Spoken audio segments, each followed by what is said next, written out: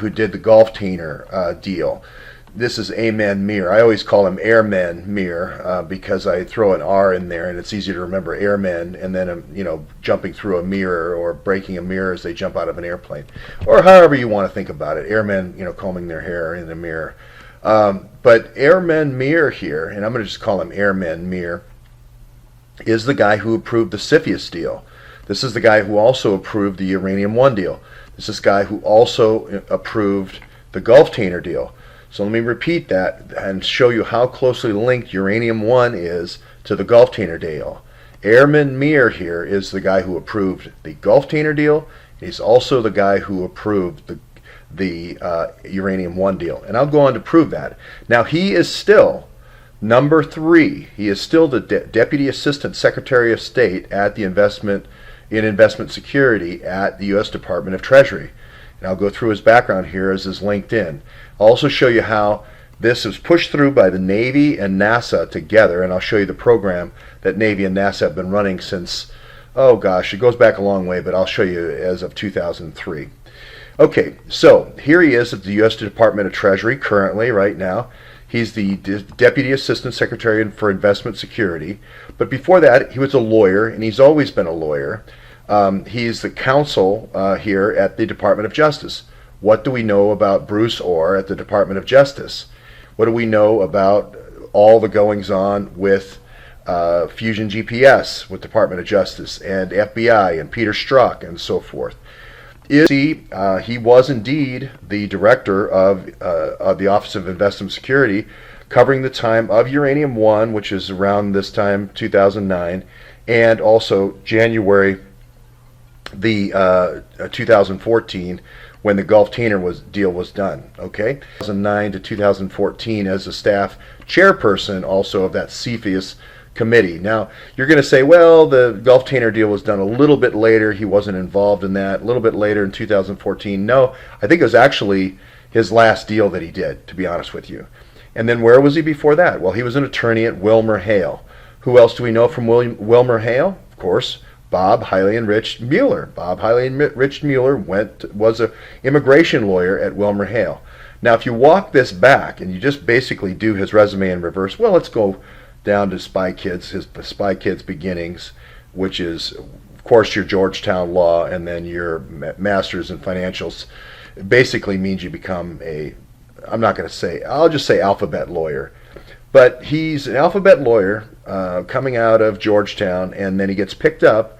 Is sort of like a recruiter, a college recruiter would come to your high school and say, hey, you look like a good alphabet lawyer. We might want to use you to place you in key strategic positions to make good on our, Navy, NASA investments. I don't like saying deep state because the Uranium One deal, basically, this is the tough part because the Navy, up until this point, since 1992, has been taking the uranium and pushing it off into their naval reactors that are going to sea, right? Instead of making nuclear fuel out of it. I would too if I was running Navy reactors, right? But now this guy has to clean up because now we need to replace the cookies in the cookie jar. We ate all the cookies. We sold all the cookies all over the world in these Navy reactors for our ships, our subs, but then also foreign navies, I also believe. Plus, we also, with the Department of Energy, also sold this highly enriched uranium that these reactors will run forever, never need replacing the rods, to these smaller reactors distributed around our different Navy bases, Army bases, Air Force bases, etc. Now we need to replace the cookies in the cookie jar. So we need to have this massive program called Uranium One to get to effect that, to make that happen. And so basically, power here, NASA, Navy, the original group that was infiltrated was NASA, but then they ended up infiltrating in the Navy. I'll show you exactly what I mean. It's Navy reactors. This is the organization of Navy reactors, and here's our Chief of Naval Operations. Here's Steve Bannon, right? He is the key messaging officer between the Joint Chiefs of Staff. These are the most powerful people. This is Chairman Dunford right now. These are the most powerful people in our military, and Steve Bannon is right here between the Chief of Naval Operations and the Secretary of the Navy. Now, I don't know who is Secretary of the Navy. I do know the Undersecretary of the Navy. I think it was Lord. I think Ellen Lord, who was David Petraeus's protege at Textron. They did the imaging system, the infrared imaging system on one weapon system. I can't remember which one. I want to say the F-35. Ellen Lord, yes. I think she is the Undersecretary of the Navy. I'm not sure. But anyway, this is NAVSEA. This is why I've spent so much time down at the Navy Yard. Because actually when the Secretary of the Navy kind of rubber stamps this, they're really doing other things. Is Caldwell the Secretary of the Navy? I don't know. I can't remember. But NAVSEA is really going to be more the like Ellen Lord type of person. And that's going to come down here to your Director of Propulsion. This is SEA 8. I believe this is Navy Yard as well. This is why I'm saying this is where the Department of Energy, which we were standing in front of, and the military industrial complex, or whatever you want to call it, deep state, come together right here. This is the key. And I've said this for a long time, but it's a difficult concept and it's complicated. But you can see over here, I'm going to take off my Navy. I'm going to take off the best highly enriched uranium for my carriers, my subs, my surface ships. I'm going to protect my people first. If I'm Ellen Lord now, who Trump put in there just recently, I think August 2017, which really is a head scratcher. But I'm going to take care of my stuff, and then I'm going to even try to do the littoral ships as well.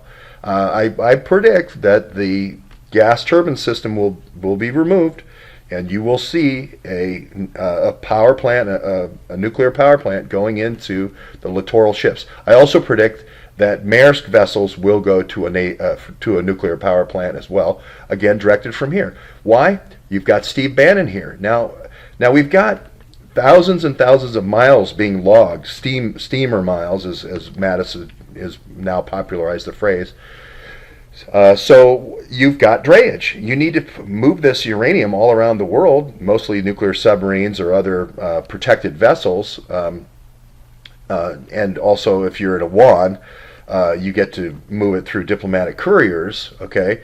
But you now can charge drayage. That most of the container uranium doesn't take up that much space. It does if you're shipping the you have 6 cylinders, the big cylinders.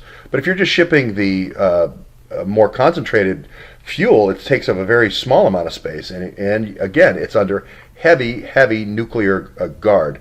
People were telling me about Sandia Labs. They regularly practice Delta Force raids and defending against a Delta Force raid. This is the highest level of security that you can imagine at these national laboratories. And again, you're going to pawn off all the highly enriched uranium first to your friends, to your ships. You're taking care of your sailors, taking care of your folks in the space program, right? In the NASA program for all their needs. Then and only then are you going to give it to nuclear power stations. But the problem was they had taken so much uranium out of the system. By the year 2009, you have to replace it. And they went to other nations like the UAE and Iran to spin that uranium. That's the bottom line. Okay, and here I'll show you where there is a agreement between NAVSEA and the NASA to what's called do a benchmarking exchange. And this is basically going to come into how can we do crossover of technologies in terms of power plants, in terms of the electronics that run on these things, put nuclear reactors in there to keep things running. Also the space station, obviously you're going to have all the different satellites are going to run on these little power plants. They're going to be these snap reactors, and I believe these snap reactors are coming in a big way for these smaller ships. They're going to be much smaller ships. It's not only going to be big submarines with big nuclear power plants, but these snap reactors is the next wave of Navy, so to speak, technology, Navy NASA technology.